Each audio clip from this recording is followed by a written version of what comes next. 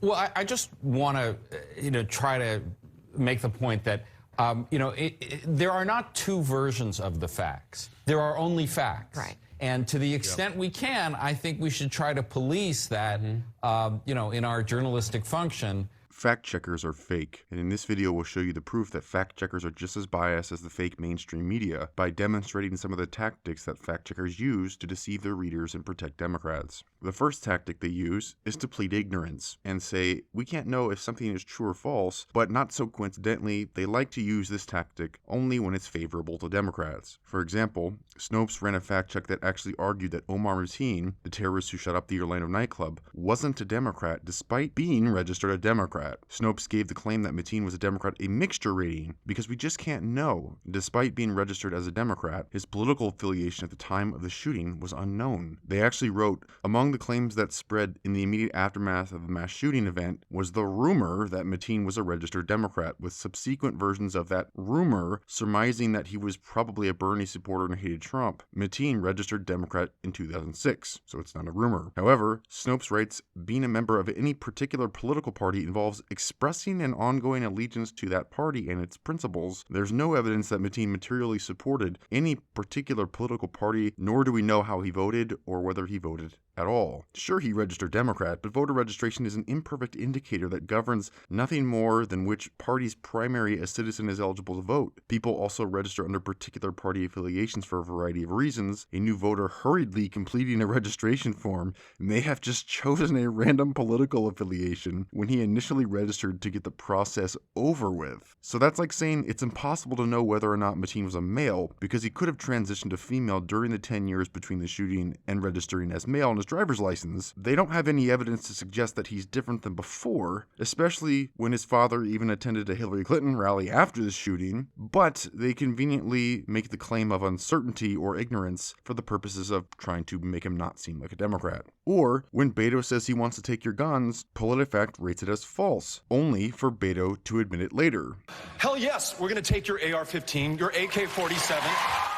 Yes, Beto said point blank he wants to take your guns, but this clip of him saying it outright wasn't available at the time, so PolitiFact will simply hide behind that and say they couldn't possibly have known that Beto wanted to ban guns. But this is what fact checkers do. They fail to draw reasonable conclusions based on what these Democrats say, and then when they slip up and actually say it outright, they say we couldn't have known that. Yes, you could have. Republicans did the whole time. PolitiFact also ran a fact check on Patricia Smith, one of the mothers of the victims of Benghazi, claiming that Hillary Clinton lied to her about Benghazi when she told the families that Benghazi was all over a YouTube video. PolitiFact even suggested that grieving relatives might have fuzzy memories. PolitiFact even said even if Hillary was incorrect, she might not have been lying. If she did say something about the video, would it have been an intentional lie? It's very possible that this is one of the many conflicting pieces of intelligence that the administration was working with at the time. PolitiFact also gave Hillary Clinton's claim that she never received nor sent any material that was marked classified a half-true rating, then quietly edited it when it was clear that they had embarrassed themselves. After James Comey issued a statement refuting Clinton's claims and exposing her outright falsehoods regarding the email scandal, PolitiFact published an update laying out Comey's evidence and explaining how it undermines Clinton's claims. Despite this, the PolitiFact author says there will be no changes and affirms the original half-true rating. The next day, PolitiFact published an entirely new fact check on the same claim, this time rating it false. They did this by pleading ignorance, saying they didn't have sufficient evidence at the time they published the post, and pretending as if before Comey issued that statement there wasn't available information to suggest that Clinton knowingly sent or received classified information, even though that information was all public before Comey's announcement. The article screen capped here goes into great detail showing how PolitiFact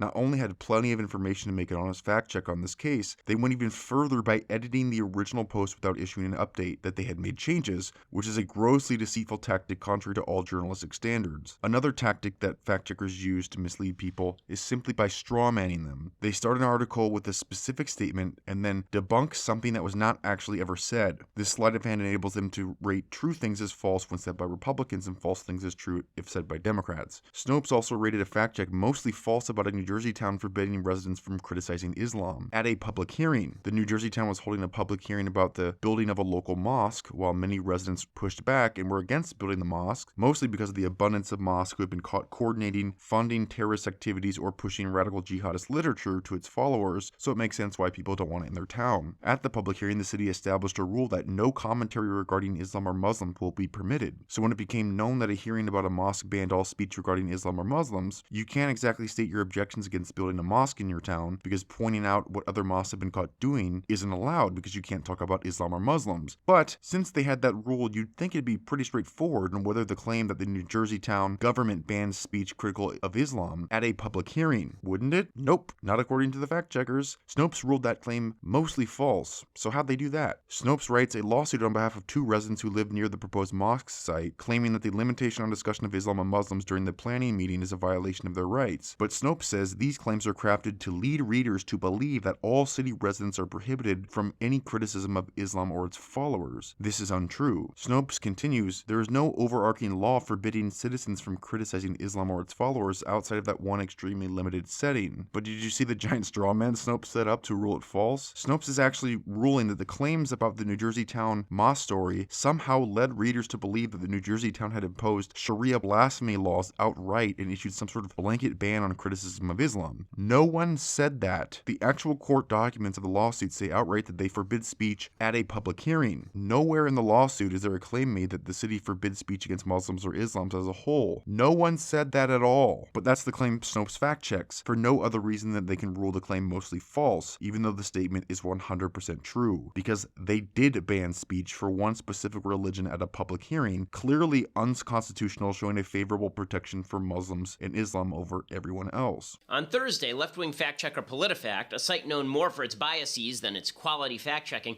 stepped into a pile of doo-doo once again. This time they blasted President Trump with a fake news fact-check that demonstrates just how dishonest they are. Here is their headline. White House tweet wrongly says Obamacare led to fewer insurance options, and they say mostly false. So, what did the White House say that was so wrong? Trump said, quote, Obamacare has led to fewer health insurance options for millions of Americans. This is indisputably true. Just yesterday, Anthem Blue Cross pulled out of the Obamacare exchanges in Wisconsin and Indiana. Health insurance rates have risen dramatically. As CNBC reported last week, quote, as many as 1,200 counties are projected to have just one such insurer next year. More counties could be left bare or with just one insurer in coming weeks as insurers announce their intentions, unquote. And this doesn't take into account the fact that many Obamacare plans have cut patients off from their doctors. If you liked your doctor, you couldn't keep your doctor. Those who have been added to the insurance rolls under Obamacare aren't actually buying health insurance for the most part. They're being forced onto Medicaid by lack of options. So, instead of dealing with that claim, PolitiFact made up an unrelated claim that the number of insured had dropped overall.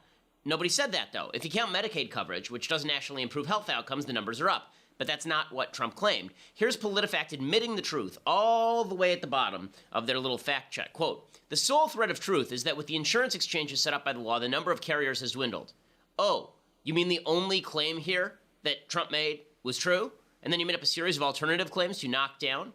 PolitiFact is ridiculous. Their drive to check fake news from the left only makes them purveyors of that same fake news. PolitiFact also fact-checked Joe Biden's attempt at a gun ban. PolitiFact suggests that Biden's ban would be a replication of the '94 assault weapons ban, which focused on 18 specific firearms and banned certain models of AR-15s and AK-47s. Moreover, those who already owned the banned guns were allowed to keep them, so PolitiFact argues that it was not a gun ban at all. But PolitiFact missed two important points. First, this isn't 1994, this is 2019, and the Democrats' current assault weapons legislation bans hundreds of firearms rather than 18. Secondly, Biden explicitly stated his desire to mandate that owners of banned guns hand them over. The NRA responded to the fact-checkers' lies, writing that PolitiFact's assertion that a gun ban is not a gun ban if there are still guns left to be banned. After the NRA post, Facebook appended a link to a PolitiFact story that rated the NRA's claim as mostly false. PolitiFact did not deny that Biden wants to ban AR-15s and similar guns. Nevertheless, it insisted that saying Biden calls for a gun ban could lead readers to believe he's seeking to outlaw all firearms. This is another case of the straw man by PolitiFact. In other words, PolitiFact fabricated a theoretical misperception misperception about what the NRA actually said to make their true statement mostly false. The PolitiFact article also used details of the '94 assault weapons ban that Biden helped author to make claims of what he means to ban assault weapons today, but anti-gun Democrats have been intervening for years and tried to introduce far more extensive bans under the phony assault weapons rubric, making it clear that members of the party think the old ban in 1994 didn't go far enough. So there's no reason to believe that Biden or anyone else would feel bound by the limitations in the old 1994 law that his party now views as inadequate. PolitiFact additionally mentions that Biden insisted we should have smart guns, no gun should be able to be sold unless your biometric measure could pull that trigger. What PolitiFact conveniently omitted from its story is that no firearm currently available in the US meets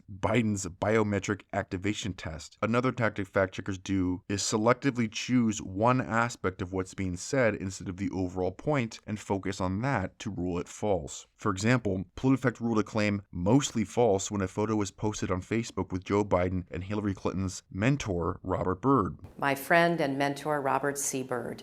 The Facebook post calls Robert Byrd the Grand Wizard of the KKK. This is what PolitiFact latched onto in order to rule the claim mostly false. PolitiFact even admits that the photo is 100% authentic. However, Byrd was not the Grand Wizard, he was an exalted cyclops, which makes him the leader of his local chapter and not the national chair. Therefore, the claim is mostly false. Yes, Byrd was a KKK member, wrote some awful things about other races, voted against the Civil Rights Act, and tried to filibuster the Civil Rights Act, one of 4 Democrats to do that. While the post says Byrd was the Grand Wizard of the KKK, which is literally false, the rest of the post says, so who again is playing to you, lying to you, using you for the votes, creators of the KKK opposed to civil rights of blacks? Yup, that's the Democratic Party. So the Grand Wizard was just one aspect of what was being said. The point of the post is not that Byrd was the Grand Wizard, but to reveal who Democrats really are and their dark history and allegiances about race. This is what makes the post really damaging, not whether Robert Byrd was the Grand Wizard or some other high-ranking member that was a few steps away from the Grand Wizard. At worst, the post should be ruled mostly true or half true at worst, because everything is true except for that one title. But fact checkers latch onto the Grand Wizard part solely for the purposes of ruling it false, despite the picture being authentic and everything but the specific Grand Wizard title being 100% accurate. But why bother with censoring this Facebook post is because the photo is authentic and the story is damaging, and when these fact checkers partner with people like Facebook, latching onto the Grand Wizard part and calling it false can give them grounds to censor it. Another example is Snopes fact-checked the claim that Chelsea Clinton said abortion is great because it helps the economy. Chelsea Clinton said, quote, women entering the labor force from 1970 to 2009 added $500 billion to the economy. That is not disconnected from the fact that Roe became the law of the land in January 1973, unquote. By that statement, clearly Chelsea Clinton is linking the economic contributions of women to Roe v. Wade. But don't tell the fact-checkers that, because they're here to mislead you. Snopes actually writes, note, that at no point did Clinton literally say that Roe v. Wade, much less tens of millions of abortions, added $3.5 trillion to the economy. Basically, since Chelsea did not expressly say abortion improved the economy, it is wrong to say that her statement supported that when that was the whole point of the entire statement at all. But this leads me to another tactic fact checkers do in order to deceive readers. It's what I call deliberately refraining from following the logical conclusion. A perfect example of this is when PolitiFact ruled the claim mostly false that Democrats want to give free health care to illegal immigrants. A lot of you have been talking tonight about these government health care plans that you've proposed in one form or another. This is a show of hands question, and hold them up for a moment so people can see. Raise your hand if your government plan would provide coverage for undocumented immigrants. You'd think that would make it clear that Democrats do want to give free healthcare to illegals. Nope. Fact checkers can't say that, otherwise people would realize how stupid this is and not vote Democrat. Instead, the fact checkers come to the rescue to deceive. PolitiFact notes, it wasn't the first time they've heard this claim. First, this debate did not have all the Democratic candidates, and secondly, none of them said specifically that they would give free healthcare to illegals. Pete Buttigieg spoke about people buying into a system and said that undocumented immigrants pay certain taxes. It's unclear what system they'd be buying into or what taxes he's talking about, but of course they don't get specific. But nevertheless, Joe Biden agrees because he spoke about the contribution illegals pay in taxes. PolitiFact then writes about how Bernie Sanders wants a single-payer national health insurance program that would cover everyone in the U.S. with no out-of-pocket costs, no deductibles, no copays, or co-insurance, but anyone with a job or self-employed would pay for the healthcare through increased taxes. In a sense, coverage would not be free for anyone who works. Okay, but what about the people who aren't working? What if some of the illegals who come over are poor, uneducated, and unskilled and can speak little to no English, and are therefore very limited in terms of their employability, who get health care but are paying little or no taxes at all? Well, they get coverage because you pay taxes. Oh, so it's not free for me, but it is free for some. It's paid for by my taxes. And the media will tell you that illegals totally pay taxes. They even cite a source, and their source is another previously misleading fact check they did on behalf of Hillary Clinton, where she says illegals pay $12 billion in Social Security each year. However, a further look under the hood, and you'll notice that the office that put this report together even says that estimates are based on best available information, but that it is difficult to determine with certainty what portion of total taxes paid and benefits received come from earnings of unauthorized immigrants. In other words, the report is really shoddy. But back to the original PolitiFact article, PolitiFact says it is mostly false that Democrats want to give illegals free healthcare because increasing taxes is what pays for it. Whether or not illegal immigrants pay taxes is irrelevant for no other reason than that's what's needed in order to rule the claim mostly false. The GOP politician who made the claim that PolitiFact ruled mostly false responded to PolitiFact by saying, quote, illegal immigrants have little more than what they are carrying with them when they cross the border. So as a result, the only logical conclusion is that it would be free. 100% true. This is why I call it refraining from following the logic, because this is how so many fact checkers deceive people for the purposes of protecting Democrats. And since Democrats propose everyone get free healthcare because healthcare is a right, which means everyone gets healthcare regardless if they can pay for it or not. But if you follow the logic, that also means that illegal aliens would get free healthcare whether they're employed or pay taxes or not. Another example is Snopes attempting to debunk the claim made by conservatives that California Assembly Bill 2943 would ban the Christian Bible. The anti-conversion therapy bill forbids provision of counseling books, advice, referrals, etc., aimed at helping someone overcome same-sex desires or transgender identification. In other words, it criminalizes the sexual morality code of every major religion, and especially Christianity, who's the real target. Snopes focused on a response by Republican Assembly member Travis Allen, who asked, if the bill were to pass, would this prohibit the sale of the Bible that teaches these things about sexual morality, and according to how this law is written, yes, it would. Snopes informs us that the bill doesn't mention the Bible, Christianity, or any religion at all. So when Allen claimed that the legislation would literally prohibit the sale of the Bible, he was stating something that is demonstrably and clearly false, they say. Fact Check and PolitiFact also cried false, the idea that the bill would be a threat to the sale of the Bible. But one Assembly member spouted that it was time for legislation to nudge the faith community to, quote, evolve with the times. PolitiFact says that if the law had any impact at all, it would be on those occasions when a Bible is sold in conjunction with a program to change someone's sexual orientation. So it would only ban a fraction of Bibles. PolitiFact neglects to confess that banning a fraction of Bibles is banning Bibles. The same way that they say taking guns isn't taking guns because they don't take all guns. Banning Bibles isn't banning Bibles if they don't ban all Bibles. But it doesn't limit itself to banning only a fraction of Bibles either. That is simply the fact checkers inserting their prediction of what will happen without evidence, especially considering there are no religious exemptions in the bill. The bill essentially declares certain kinds of speech as consumer fraud, aka Christianity. An article in The Federalist explains why the fact checkers are wrong by writing that the bill doesn't explicitly mention these things as irrelevant if the wording of the bill is broad enough to encompass them. And sometimes fact checkers just straight up lie, like when PolitiFact rated Ron Paul's statement half true when he said the U.S. federal income tax rate was 0% until 1913, but when Jim Webb, a Democrat, said the same thing, they rated his statement as mostly true. But sometimes fact checkers will use wordplay and try to hang on certain words or change the meaning of words when it's convenient to them. PolitiFact fact-checked Trump calling the Russian investigation a coup. They write that Trump appears to believe that enemies within law enforcement concocted reasons to go after him. PolitiFact says the two shared text messages that Trump has said were biased against him. PolitiFact doesn't say that the text messages were biased, but instead that Trump has said that they were biased texts. For those outside the Fox News orbit, they write, the connections might make no sense. Page, God, Trump is a loathsome human. And wow, Donald Trump is an enormous douche. He's not ever going to become president, right? Page to Struck. Struck, no, he won't. We'll stop it. PolitiFact also cites a Harvard professor who protests it beggars belief that anyone in the FBI had the intention of subverting a duly elected president. They also concluded because the effort to remove Trump on fraudulent grounds isn't a coup because it started while he was running for president and he wasn't elected yet, meaning he wasn't eligible to be deposed by a coup.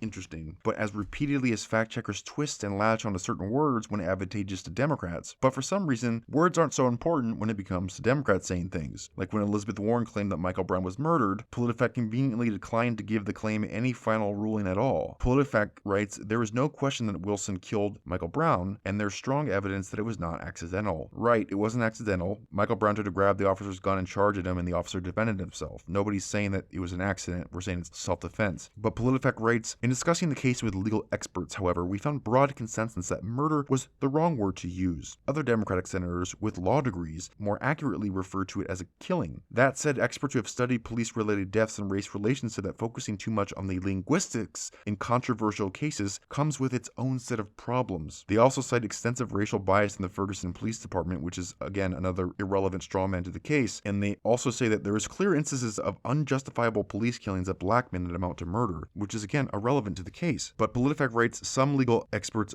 argued that there's a difference between being legally precise and using language more informally. Other times, fact checkers make excuses why the claim is technically true, but here's a bunch of irrelevant statistics, so the claim is now misleading because this stuff was left out. When PolitiFact gave the Federalist claim that only 15% of funds from the Clinton Foundation from 2009 to 2012 was spent on charity, PolitiFact ruled it mostly false. In an email exchange by the author of the claim, the PolitiFact author wrote back, quote, while technically true, that ignores the much larger amount they spent in-house on programmatic efforts, unquote. Sean Davis, the person who wrote the articles, responded, quote, let me stop you at while technically true, because that's really the only standard that matters when judging whether something is true or not. Whether you happen to like a fact is irrelevant to whether it's true, so when you tell me that the truth of the statement is not the primary factor in determining whether something is true or not, it tells me that you have an agenda that's separate from determining whether something is true. Davis also points out that it's impossible to be inaccurate or misleading when you are literally quoting figures taken directly from an organization's tax records. Or when Mitt Romney said that women account for 92% of job loss under Obama, PolitiFact quickly came to his defense. They wrote the numbers are accurate but quite misleading because they chose figures from January 2009, when Obama was sworn into office, and ignored the millions of jobs lost before then, before Obama was in office, when most of the job loss fell to men. So the claim that women took the brunt of the job loss while Obama was in office is not true somehow, according to the fact checkers. I could go on and on of the fact checkers lying about the size and scope of the threat of Islamic violence, whether it's fact checkers just inserting their own opinion with nothing to support it, saying things are false or true, there are so many examples. My original video was like 2 hours of this, but I just figured it was too long. You get the point by now. Fact checkers don't check everything. They are very selective in what they check. Like when AOC says the US is running concentration camps, or says global warming is going to kill us in 12 years, those aren't fact checked. Or when Elizabeth Warren says Michael Brown was murdered, or when Elizabeth Warren says she's Native American, they either forget to write about it, or they do write about it and just simply don't give it a grade. They don't put it on the truthometer. See, they do this because they want the total number of lies on the truthometer to portray Democrats as more honest than Republicans. Then they can release articles that say exactly that and push them to their allies in the mainstream as some objective study. In PolitiFact's truthometer charts, Democrats dominate the more truthful side, while Republicans coincidentally dominate the liar side. Using collective data instead of individual cases lets fake fact checkers like PolitiFact gloss over individual articles that delivered a highly questionable rating. Their fact checks are so distorted. From 2017 to 2018, Republicans were tagged with pants on fire ratings at a ratio of 6-1 versus Democrats. One study even looked at the word count of the ratings of PolitiFact. Republican articles were only marginally longer when the rating was true, or mostly true, or half true. But getting into the false categories, Republican articles got substantially longer than Democrat ones. That's because PolitiFact often rates statements that are largely true but come from a GOP source as mostly false by focusing on sentence alterations, fact-checking the wrong fact or strawmanning, and even taking a statement, rewording it, and fact-checking the reworded statement instead of the original quoted statement. Doing all of this takes a lot of words. In fact, every speaker who was an above-average word count for articles that gave a mostly false rating was a Republican statement. But what's the point of all of this? As I mentioned in the video before this one, fact-checkers are Democrat allies, but haven't yet been disgraced and discredited to the same extent of the mainstream media. So fact-checkers put on a mask of objectivity solely for the purpose of working as a PR firm for the mainstream media, who's the PR firm for Democrat politicians. But since they're fact-checkers for no other reason than that they call themselves that, and their media allies confirm it to try and give them a fake sense of authority, together they can help smear the political right. This is the only purpose of fact-checkers.